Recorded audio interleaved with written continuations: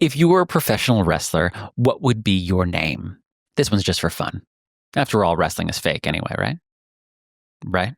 Well, true wrestling fans, read, not me, would tell you the answer to that is yes and no.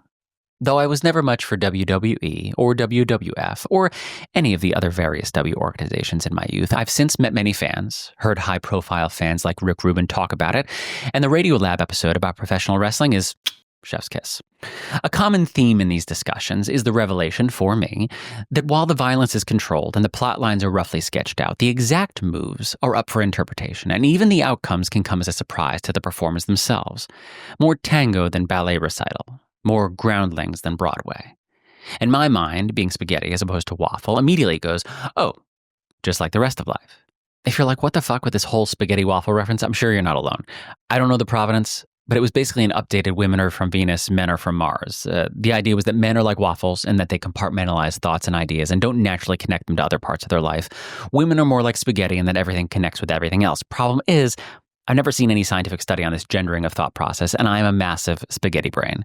It may be completely outdated, oppressive, and not be very useful as relationship advice, but it makes for great self-indulgent footnote material in an already self-indulgent question book. We like to pretend that the end of our script is a mystery, but the last act of our life results in death 10 out of 10 times. And except for some extremely rare edge cases, we don't live entirely unique lives. We tend to make some variations to the decisions our parents made or lifestyles that are common to our surroundings. Some of our variations are extreme. Others are restrained. And then we enact these borrowed dance moves with our own unique twist. Does this mean our lives are fake? That our lives are devoid of meaning? Predestination versus free will, tale as old as time. Everyone comes to their own conclusion, and I'm certainly not going to effectively persuade you to my beliefs in half a page about wrestling. But personally, I think professional wrestling is a comforting reminder that despite our most earnest attempts, omniscience and omnipotence eludes us. The what happens of the script is often beyond our control, but the how it happens, that's often far more within our control than we're even comfortable with.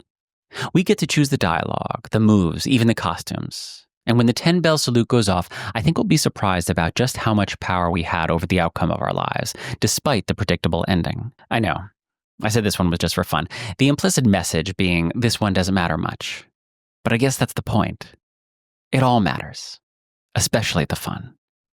The fun isn't fake.